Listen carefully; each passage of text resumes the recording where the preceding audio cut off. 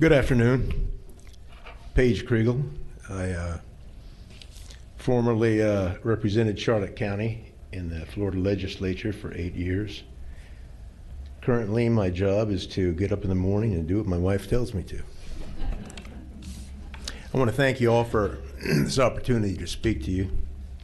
I'm going to be brief because there's a lot of people here who want to be heard.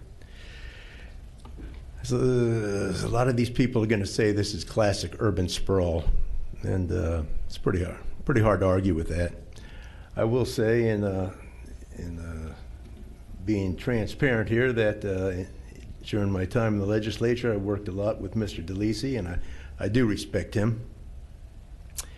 And I have nothing personally against a farmer wanting to sell his land for the highest, best use he can get out of it. I have nothing against developers building houses. I happen to live in a house built by a developer. 8,000 units, Mr. DeLisi, that's quite the ask.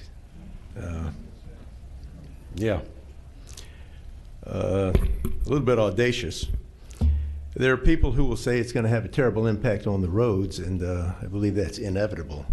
8,000 units, probably 16,000 cars. Half those people are going to get up and go to work in the morning.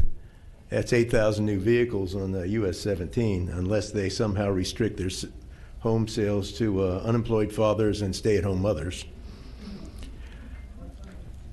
As laid out, currently, it's going to impact negatively the city of Punta Gorda water supply, but I think they're going to weigh in on this separately. I have spoken with the utilities director there.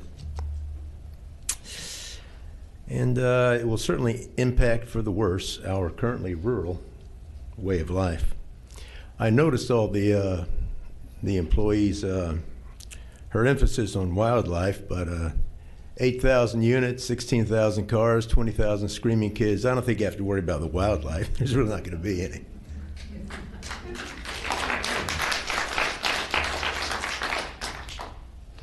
My gut feeling is that the bulk of the people here today are not here to support your project, Mr. DeLisi, but could be wrong. Nevertheless, I'm going to be brief and let them speak. At some point, there's going to be an opportunity for dialogue with the affected parties and negotiation and maybe some compromise. At that point in time, I'd like to be part of that discussion, and I thank you for listening to me.